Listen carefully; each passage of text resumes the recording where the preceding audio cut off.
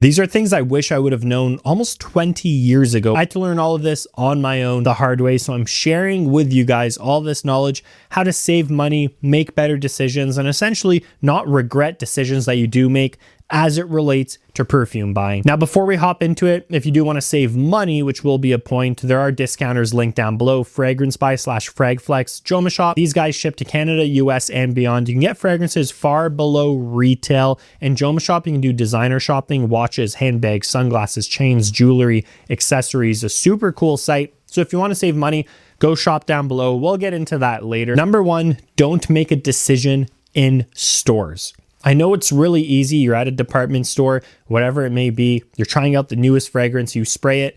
Maybe you really like it, or maybe you really hate it. Regardless, those reactions aren't always real. There's a lot going on in a department store. There's a lot of hustle and bustle and sounds and movement and other people spraying things. And the more you overload all of your senses, the more they all get blunted. If there's a lot of sounds, a lot of visual things happening, and you're hearing things and you're seeing things, then your smell won't actually be as good. And also, if there's a lot of different smells in the air, people spraying different things, you're not going to really appreciate and kind of know what you're smelling. You may think you are, but your brain doesn't. Then you're going to spend the $150 on that fragrance. Then you're going to go home, and at the end of the week, you spray it and you didn't really like it. And you're asking yourself, what could you have been thinking when you bought it in the store, thinking it was nice? And it goes both ways. A lot of fragrances you smell in the store you don't like, but you may actually really like. So what you'd want to do in that situation, obviously, is try to get a sample, a carded sample, see if they have one, see if you could even order a sample online, something like that, so you can try it private at home with less commotion over a few days. Or at the least, do a few good sprays on your arm, just so when you're washing your hands, it doesn't come off.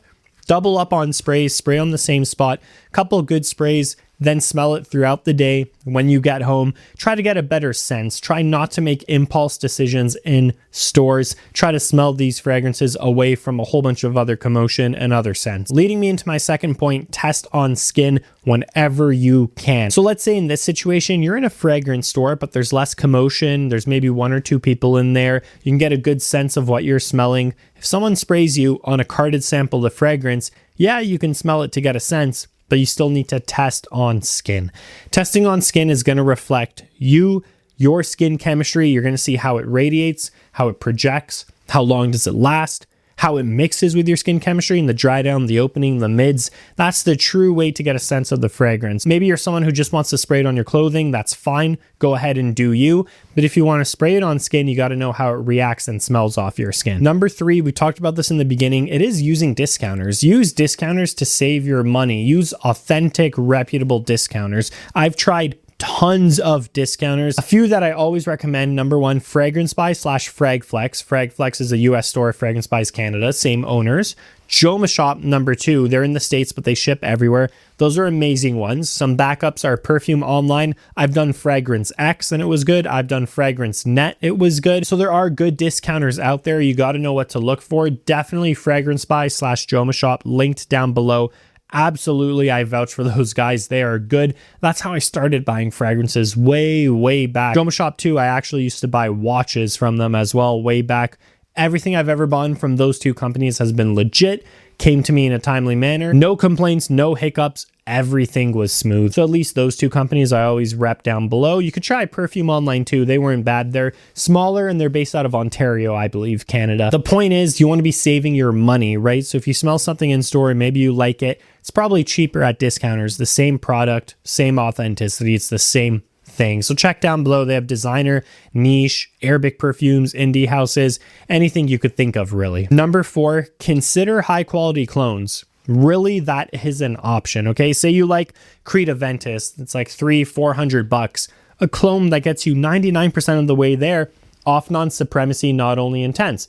This is about, a $60-ish fragrance, but now you can stack some of my tips and now you can go, okay, let me check Fragrance Buy down below. Let me check Joma Shop. Then you punch this in. Not only are you getting an amazing Creed Aventus clone, you're also getting it at a heavily discounted price. That's the way to do it. They're Stronger With You Parfum. You can get Alwatania Eternal Fiad, 10 out of 10. Maybe you like YSL Tuxedo. You can get Latafa Maison Alhambra Winsome. There's a lot of amazing, fantastic clones out there. Marc-Antoine Barros Ganymede. You can get Paris Corner Amir Celestial. These are insane. They smell good. The performance is great. Projection is great. Longevity is great.